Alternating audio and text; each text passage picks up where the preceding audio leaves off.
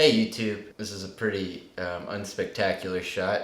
I figured it was time to do, well, it's not really it's not a production diary per se, but a little behind the scenes video. Been working hard the last week on Clowns and Robbers. You might have seen the teaser trailer we put up. Kind of a non-traditional trailer, it's just a little clip from the movie to kind of, because I was just desperate to share something from this thing that we've been working on for a year and a half now. We're deep into post-production. I've been doing a lot of fine-tuning of the edit, a lot of color correction, a lot of Foley. I've been doing some Foley today, and it's kind of, I'm always amused by doing Foley because it's just sort of a weird thing to do. So I thought I'd show you what I've been doing a little bit. So the recorder I've been using a lot is this little Zoom H5. It's just a nice little handheld recorder, and the little built-in stereo mic at the top is actually a really good microphone. It sounds really good, gives you stereo audio, and it's just really easy to use. You can just carry it around. If you're just getting little sound effects here and there, it's great to just kind of take this around and get what you need. I also sometimes use this, which is the Zoom H9, I think. F8, no, sorry, Zoom F8, I was way off. Which is a field recorder. It's got 8 tracks. This is kind of what we use for most of the movie. It's a great field recorder. Bought it last summer specifically for this movie. The most we've used on this movie is 4 tracks, but it's nice to have the option to do 8 if we need to. So I usually connect this to our boom and up to 3 lavs, and this has kind of been, and then we can do an output from here to the camera as well. So this has been what's handled most of our audio in the movie. And I sometimes use this for Foley if I'm using the boom pole. And when I'm using the boom, I'll plug this guy into that F8 recorder. This is a Sennheiser MKH60 microphone. This is my favorite microphone. I've had this microphone for 10 years. It was like the first nice shotgun mic I ever bought, and it's held up really well, and it's always produced a really good sound. So this is the boom mic we use, just for FYI. But anyway, in the meantime, this little Zoom H5 is a great little Foley mic if you're just getting little sound effects for here and there. So for instance, there's a scene today. I'm getting a sound for a guy who reaches into an ice chest, pulls out a beer, and opens it and sips it. So I went and got my ice chest out of my garage. Literally just set this on my chair that the camera's on right now. I'm not even using a tripod on my camera. Dumped some ice from my freezer in it.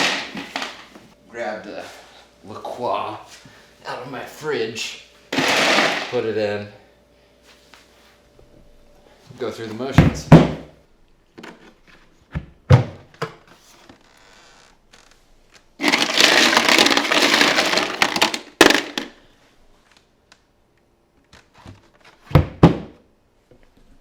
This kind of seems like excessive in a way, but it's just a tiny little moment in it is an important scene, but it's just you could grab that on set. We have it kind of faintly in the background on the set, but Foley's all about giving a heightened sense of reality, and the more you can kind of pump up these sound effects, and if they're clear and kind of focused, it helps draw you in.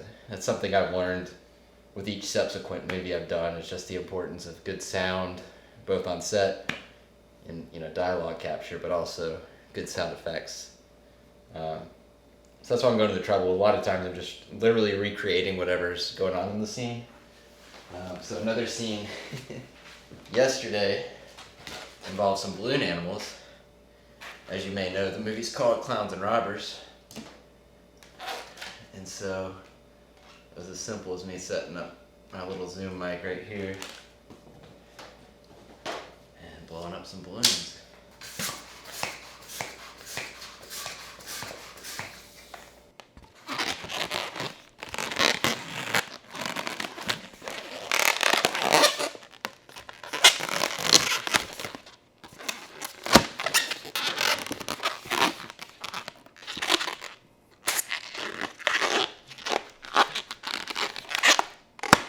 It's really about like getting these like just really simple kind of, like the sound of tying the knot in a balloon, or just the sound of holding it and just kind of moving it. I usually just let it roll for a while and get a lot of different versions of what I might need. So then when I get into editing, I just pull that one track in and just pull out the pieces that I kind of need throughout the scene. And another thing I did was, there's a character who holds a gun in the movie, and you may have noticed in movies before, things like guns and like even like swords, like weapons always have these sound effects that even when they're not doing anything, they're making sound that they don't normally make. Like swords just make this like shine sound all the time. Even if they're just holding it or like just looking at it, it's just like, you know.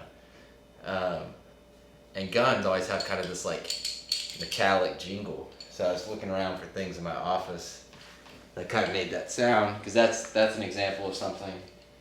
Or if I had a real gun and was just kind of like the character's like whipping it out and kind of pointing it and holding it around. Like if I did that with a real gun, it wouldn't really make much real sound. The first thing I found this little hot shoe screw thing, and I was playing with that. And then I looked over at my Ronin kit, and I had these screw-on weights.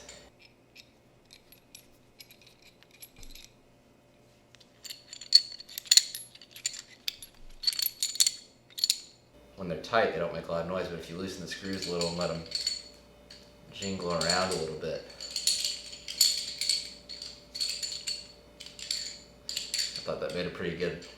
For whatever reason, gun sounds in movies are just like this like shaky metal, like they're loose or something. Done some car stuff, just getting in and out of cars, sound of car doors, ambient sound for a car driving. I've got to do some more sand stuff. You probably might have seen the sand Foley video I did a few months back. There's a pretty big scene in the desert in our movie, so I got to get more of that. Doors opening and closing, I've gotten some of that. A lot of boring stuff, but you know, anytime you can, if you think if it's something you can put a sound effect in for, like you probably should. That's what I've kind of learned. Like it's worth the effort of just go for it and do it. It's simple as like opening a door or opening a can or sipping the drink. Like just a little bit more of a punch from each of those little actions. It just helps suck you into the scene. Oh, I went on a boat. One of the scenes takes place on a boat, and so I had to go out and get some clean sound of just what the boat sounds like on the water, just floating with the kind of waves slowly hitting up against it.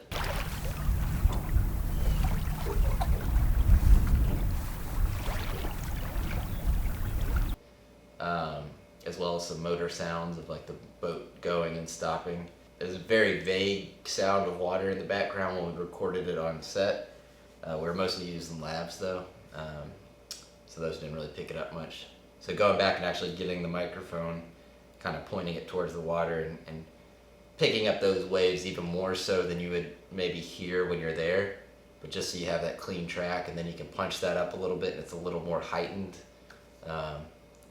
Not necessarily, you're never, what I've learned is you're not necessarily going for realism so much as you are like a heightened sense of reality. So anytime you can get a clean sound of anything and allow you to kind of play with the levels and post how emphasized you want it, that's kind of what Foley's all about. Anyway, I just thought it'd be fun to do a little snapshot of kind of what it looks like when I'm making this movie. A little bit of the gear I'm using, but nothing fancy. And yeah, that's my life right now in post-production. Thanks for watching.